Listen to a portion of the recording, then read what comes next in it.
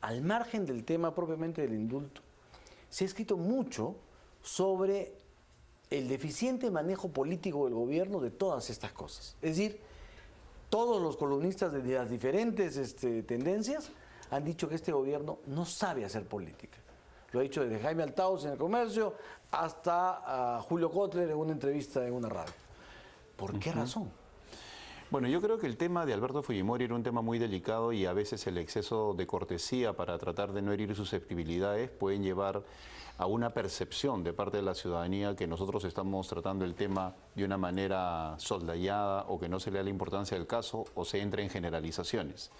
Lo que ha habido en el caso del llamado indulto a Fujimori ha sido una serie de declaraciones individuales. ¿Desafortunadas? Yo no diría desafortunadas. ¿Desconectadas por lo menos? Desconectadas sí, desconectadas sí. Y que no tienen nada que ver con un complot del gobierno para encajonar a lo que es... ¿Para dividir al fujimorismo? Que es lo que ellos presumen. Y que me lo han dicho a mí ¿y usted está seguro que no es así?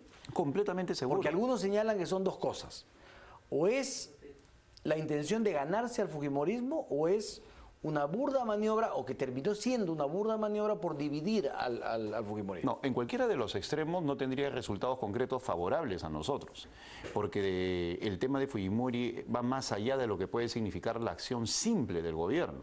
Y por otro lado, lo que se ha logrado como consecuencia de no deslindar abiertamente con alguna posibilidad de un indulto inicial, es que se genere la percepción que queremos dividir al fujimorismo o que queremos hacer de que se genere una crisis interna entre albertistas y keikistas, y hemos sido aprovechados, sí, por un sector del fujimorismo que sí quiere complicar el accionar de Keiko Fujimori, ¿no? Que es el sector denominado albertista. Se ha olvidado que Roberto Vieira, por ejemplo, ha sido durante 12 años una persona que ha sido secretario de Juventudes del Fujimorismo, muy ligado a Kenji Fujimori, y que cuando ha planteado la posibilidad del indulto, no solamente ha recibido el respaldo de este sector albertista, sino que pública y mediáticamente ha recibido una serie de apoyos. O sea, lo que usted nos está diciendo es que el sector albertista o kenjista está aprovechándose de la situación planteada para o cobrar facturas o desestabilizar al sector keikista. El sector albertista sí tiene un deseo claro de tratar la libertad de Alberto Fujimori. Y según la percepción de ellos, y esto lo digo en términos de análisis, la percepción de ellos es que desde la bancada parlamentaria no se están haciendo los esfuerzos suficientes, de ahí la confrontación. Pero que esa sea motivada por el gobierno de Pedro Pablo Kuczynski, están completamente errados. Ahí me detengo un momentito para hacerle una pregunta clara. ¿Qué necesidad había de poner el tema de Alberto Fujimori sobre el debate? Eso no lo ha hecho el fujimorismo en ninguno de los dos sectores, eso lo ha hecho el gobierno. Empieza con Carlos Brus, sigue con el presidente que dice estamos estudiando el tema. O sea, sí es digamos, una seguidilla de declaraciones, pero todas del oficialismo. Lo que sucede es que hay preguntas... Pero ¿qué necesidad tenía el gobierno de poner sobre la mesa un tema que a todos los gobiernos le significa una piedra en el zapato? Bueno, podríamos hablar del gobierno si ahí involucráramos al Premier, y el Premier se ha mantenido ajeno a ese debate inicial. Lo que ha habido es la posición, y lo dijo a título personal, de Carlos Brus ante una pregunta periodística, y habló en términos de posibilidad. Si a mí me preguntan algo sobre el indulto, yo lo liberaría, ¿no? Y luego el presidente, con una cortesía que le corresponde, porque se trata del vocero de la bancada, dice el tema está en evaluación. Entonces eso se convierte se interpreta como que es el gobierno el que está detrás de ese tema, cuando lo único es que, como ya estaba de por medio el tema del indulto, y ¿sabes por qué te lo digo? Porque yo fui a un programa de televisión donde yo desconocía de que existía el proyecto de ley, y el conductor me dice, el día lunes sale el proyecto de ley de Roberto Vieira sobre los 75 años. O sea, fuera extraparlamentariamente ya se conocía que venía este proyecto de ley. Pero eso se ignoraba al interior del propio Parlamento. Muy bien, pero usted dice, el gobierno no lo ha hecho, no lo ha hecho el primer ministro. Pero por encima del primer ministro está el presidente. No importa si el primer ministro no habla. Pero si el presidente se refiere a eso, ya es un tema del gobierno. Claro, y el presidente ha utilizado el verbo adecuado. ¿Se evaluará? En ningún momento está en evaluación. Está en evaluación la posibilidad. O sea, hablaba de un presente. Está en evaluación. En evaluación porque ya había existido la circunstancia. Muy bien, pero otra vez, de la presentación. Otra vez, ¿el gobierno se mete voluntariamente en este problema? Viene ya las pugnas o no dentro del gobierno fujimorista, pero aparentemente el gobierno no sabe salir de esto. Y ahí es donde todos dicen, Sí, pues. Es que no sabe hacer No, es que mire, es que voy a presentarte nuevos insumos que demuestran que no ha habido nada de eso. En el interín de ese falso debate sobre el indulto, en el cual el presidente dice estamos evaluando, nosotros estábamos viendo el proyecto de reconstrucción. Y yo era la persona indicada para conversar con dos distinguidos congresistas del fujimorismo, con Úrsula Letona y con Miguel Torres. Y en ningún momento hemos conversado del tema del indulto como moneda de cambio, como condicionamiento, cosas por el estilo. Aún más, luego viene un pleno del Congreso, luego del cual nos quedamos los portavoces discutiendo el tema con la presencia del Premier, y jamás ni un fujimorista, ni un miembro de Peruanos por el Cambio ha tocado el tema del indulto, a pesar de que ya estaba en el escenario. Y hemos desarrollado ese proceso de discusión para sacar el proyecto de ley de reconstrucción sin que el tema de Fujimori se colocara sobre la mesa. Sin embargo, en paralelo, la prensa especulaba que el proyecto había salido como consecuencia de una negociación cuando no había habido nada de eso, y eso te lo puede atestiguar cualquier congresista. O sea, ha habido una ola especulativa acompañada de una falta de política desde el momento que se ha tenido que salir al frente para decir no hay nada desde un primer instante. Eso puedo reconocerlo como un déficit de reacción política, pero que ha generado una percepción equivocada a tal forma que sí ha habido un arrinconamiento, pero por parte del albertismo. ¿Y en qué se traduce eso? En la posición de anteayer de Keiko Fujimori, en el sentido de presentar el tema del habeas corpus. Un habeas corpus que ni siquiera ha sido redactado, un habeas corpus que ni siquiera se conoce su contenido. Pero una cosa interesante es que en ese mensaje Keiko Fujimori, si bien es cierto se refiere a esa medida que van a tomar, muy delicadamente ha dicho que esto estuvo en manos del presidente de la República, que lo puso sobre la mesa, y bueno, pues casi como que otra vez se burlaron de nosotros. Bueno, yo no quiero ser, en ese sentido, no quiero exacerbar los ánimos y comprendo el dolor de la familia Fujimori en relación a la salud de su padre Alberto Fujimori, comprendo la situación que atraviesa Keiko, pero también tengo que decir que hay una circunstancia política en que no tengo la menor duda que ella reacciona por esta presión albertista que el día jueves en la noche le dijo: ustedes no están haciendo nada por mejorar las condiciones carcelarias de Alberto Fujimori.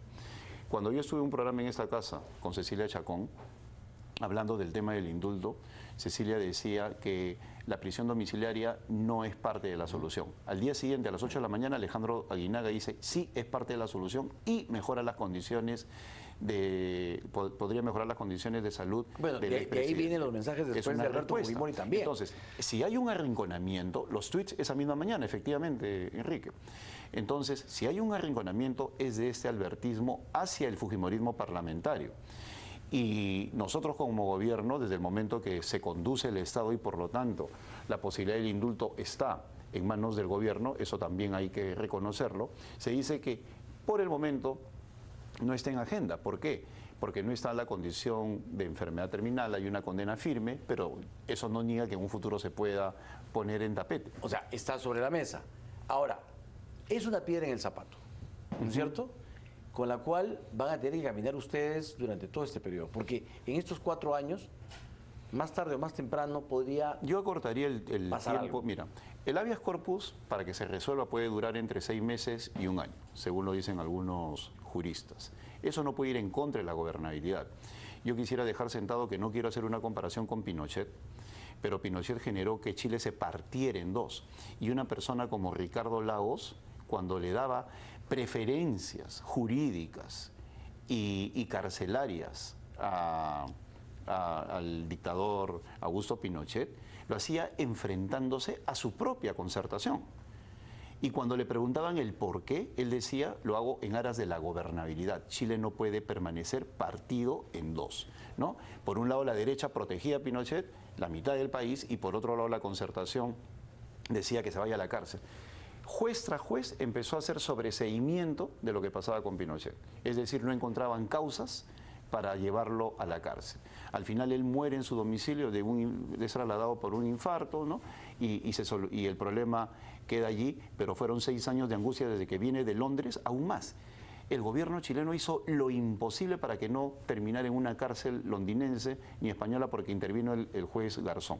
Lo que usted quiere decirnos es que Pedro Pablo debería también, Pedro Pablo Kuczynski, el presidente, debería también saber enfrentarse a su propia gente y por la gobernabilidad tomar una decisión que pueda ser impopular. Lo segundo, lo de la gobernabilidad, tiene que ser el sombrero que abarque cualquier tipo de decisión política. La búsqueda de la gobernabilidad para el país, si no, no es viable. Y luego lo que le falta... Usted dice no debemos cerrar ninguna ventana. De ninguna manera, y lo he dicho ya desde hace bastante tiempo. En segundo lugar, acá no hay una concertación, pero sí se puede hablar con todas las fuerzas políticas. Mira, yo he hablado con gente muy razonable y me permito decirlo públicamente como Javier Velázquez Gesquén o Mauricio Mulder o el mismo Jorge de parte del APRA, y están dispuestos a conversar, porque este es un tema que no puede quedar así en el aire. La decisión no le corresponde única y exclusivamente al gobierno, porque el impacto político que generaría la decisión de un indulto o un arresto domiciliario puede hacer que un sector radical levante banderas en contra de esa decisión. Le daríamos a ellos el fósforo para que enciendan la gasolina. Por eso yo le he escuchado a usted esa tesis de un gran debate. Más que debate, consenso, la búsqueda del consenso, ¿no? Pero de aquí en adelante, porque a pesar del mensaje de Keiko Fujimori, es obvio que el fujimorismo va a cobrar. La factura la va a cobrar. ¿Qué se viene de aquí en adelante si somos realistas? Bueno, si somos realistas, yo creo que ellos pueden pagar las consecuencias de un enfrentamiento con el enemigo equivocado. Yo creo que ellos tienen que entender que ha existido, como consecuencia de la falta también de decisión política en ellos, una anomia en relación al caso de Alberto Fujimori que ha sido producto de una llamada de atención de parte del albertismo. Yo no he visto nunca al albertismo cuestionar al gobierno, ha cuestionado a su propia bancada. Ese es un elemento que también se ha escapado del debate. ¿Cuándo alguien ha dicho el señor Pedro Pablo Kuczynski que no está haciendo nada por Alberto Fujimori? Nunca, ni el mismo Fujimori. Los reclamos son hacia su propia bancada. Entonces, inclusive, ha habido gestos de acercamiento de Kenji Fujimori hacia la bancada de Peronos por el Cambio y hacia Palacio de Gobierno. Ha ido así es. Entonces, ¿qué significa eso? Y eso se ha escapado del análisis. Eso no se menciona. La disputa es interna. Y como yo he señalado en más de una oportunidad, porque habría una licuefacción o disolución del poder si es que sale Alberto Fujimori, se empodera Kenji y pierde oportunidad o pierde en cierta medida poder Keiko. Entonces, de repente no se ha tomado en cuenta esa parte y se ha querido señalar al gobierno, porque eso fortalece obviamente a este sector keikista, enfrentarse al gobierno. Como el sector del Frente Amplio, que no quiere mejorar las condiciones de Alberto Fujimori, viven del antifujimorismo y por eso no quieren, porque perderían su base electoral. Es por eso que se tiene que conversar entre todas las fuerzas políticas. Pero si queremos hacer un análisis serio, pues tiene que estar el albertismo, tiene que estar Kenji y sus gestos, y tiene que estar esta posición de los keikistas, por llamarlo así, en relación a que no quieren ver la realidad. Ese acercamiento de Kenji y ese cuestionamiento directo hacia ellos, de parte de los fujimoristas históricos y de los amigos del fujimorismo albertista. Ahora, lo que se viene son las interpelaciones, según muchos, como expresión de la venganza del fujimorismo. No sabemos si los van a censurar, pero ganarían, mejor dicho, estoy seguro que habría muchos quienes apuesten a la censura por ambos casos. ¿Le conviene al gobierno hacer una defensa de Martín Vizcarra y de Carlos Basombrío como la que hizo con el exministro Saavedra? Yo creo que en este caso sí, pues estamos hablando de dos ministros que no tienen cuestionamientos de larga data, como los tiene el ministro Saavedra. Además hay una diferencia total. Tanto Carlos Basombrío como Martín Vizcarra han asistido cuantas veces consideran necesario al Congreso cada vez que han sido llamados. Ellos en ningún momento han ninguneado al Congreso, cosa que sí pasaba con Saavedra, a tal punto que yo le reclamé públicamente que deje de escudarse en sus amigos columnistas y que asista al Congreso, porque siempre se disculpaba y nunca iba. O sea, si alguien no hacía política era él, a pesar de todos sus méritos profesionales, ¿no? Pero no iba al Congreso, cosa que sí sucede con Martín Vizcarra y con Carlos Basombrío. Ahora, por otro lado, son personas que en estos momentos sí tienen evidentes signos de estar haciendo un buen trabajo. Que todavía no se puede concretar es porque son trabajos que se están haciendo en el corto, mediano y largo plazo, pero hay una ejecutoria positiva. Por lo tanto, si el fujimorismo no tiene argumentos para la censura, el fujimorismo va a quedar mal ante la opinión pública. Muy bien, y es allí donde el debate adquiere una dimensión notable, pues ante las exigencias o críticas o fiscalización del fujimorismo encontrarán a un partido oficialista que defenderá con argumentos y con hechos, con evidencia fáctica, con cosas comprobables, lo que significa la gestión de nuestros dos ministros. O sea, a pesar de Chinchero o a pesar del caso del Movadef o de, digamos, el reclamo de la población o el tema de la inseguridad, Usted dice, están haciendo un buen trabajo. A pesar de eso, ¿cree usted entonces que el gobierno debería hacer, ahí sí, cuestión de confianza en esos dos casos? No, yo no creo en la cuestión de confianza. Yo creo que los ministros están para blindar al presidente y al premier y no generar una crisis de gabinete por 2 ministros. Y mira, cuando salen algunas personas a decir, qué horror, Juan Cesput está en contra de los ministros, no, es al revés. Uno defiende al presidente y al presidente y a su jefe de gobierno, en este caso a su premier. Y los ministros siempre han sido fusibles, así he sido formado yo políticamente. Más bien los que critican, ¿no? ¿Por qué se mete con el ministro? ¿Qué quieren? ¿Que le jale la alfombra al presidente para defender al ministro? O sea, el mundo al revés. No, pues, los ministros están cumpliendo un buen papel y los vamos a defender. Pero de allí a llegar a la cuestión de confianza, de ninguna manera. Yo creo que sería una cuestión que ni los propios ministros aceptarían, ¿eh? Yo conozco a Carlos y a Martín, yo estoy seguro que ellos dirían no se pondrían en el papel del ministro de Educación de decir cuestión de confianza o nada. Ellos dirían absolutamente, saben perfectamente la dimensión de sus carteras, la importancia del trabajo que vienen haciendo, que es notable, y creo que ellos no se prestarían a ese tipo de exigencia. Ahora, hay, por otra parte, desde hace meses, esta sensación de que el presidente de la República debería hacer un reajuste en su gabinete. Usted mismo lo ha planteado en su momento. Hay denuncias contra algunos ministros, situaciones complicadas para otros, en fin. Pero el presidente se ha negado en sus épocas de crisis y aún en las épocas donde le subieron las encuestas a realizar este reajuste. ¿En eso se equivoca el presidente? No, yo creo que el presidente está evaluando permanentemente a sus ministros, creo que está haciendo un correcto manejo de los tiempos y sabrá hacer los cambios necesarios en el momento que considere oportuno.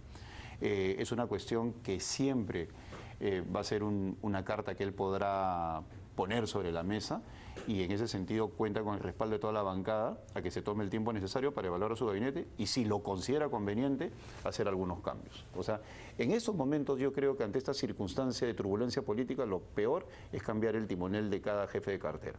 Y yo creo que las interpelaciones que pueden venir una tras otra, cosa que también le va a hacer daño al fujimorismo, dicho sea de paso, juntar 2 interpelaciones, van a ser bien manejadas políticamente por nosotros. Ahora, es obvio entonces que se abre un periodo de confrontación. Muy bien. Pero también se viene una época en la cual va a haber elección de la mesa directiva del Congreso.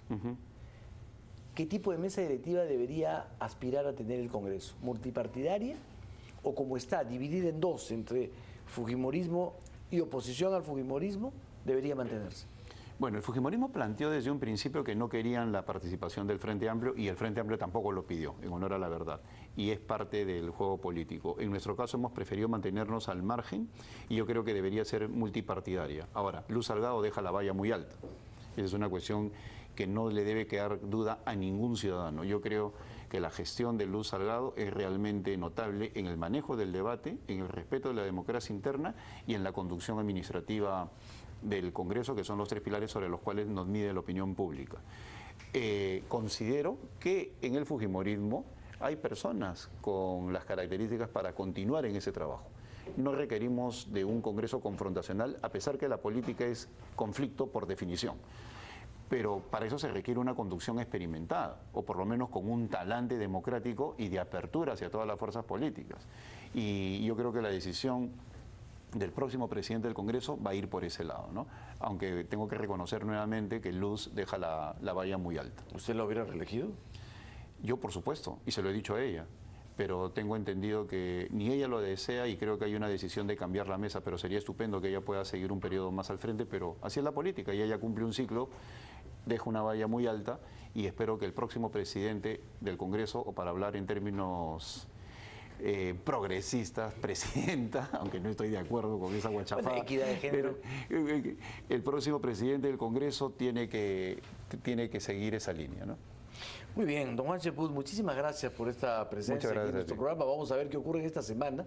El tema Fujimori ha sido un tema que ha dominado la escena, no solamente por eso, sino incluso por la situación del mismo expresidente que sale, que ha salido del penal para ir a la clínica. Pero pero es obviamente un tema que va a acompañar al gobierno hasta que tenga una solución. Así es, y mira, quisiera finalizar esta entrevista, muchas gracias Enrique, diciendo que lo peor que le puede pasar al Perú es que se repita la historia de Augusto B. Leguía con Alberto Fujimori. Las posibilidades de reconciliación a 4 años del Bicentenario serían muy, pero muy difíciles. De allí que tiene que haber un compromiso de todas las fuerzas políticas para resolver esta situación a la brevedad posible. Muchísimas gracias. Gracias. Amigos, nosotros nos despedimos.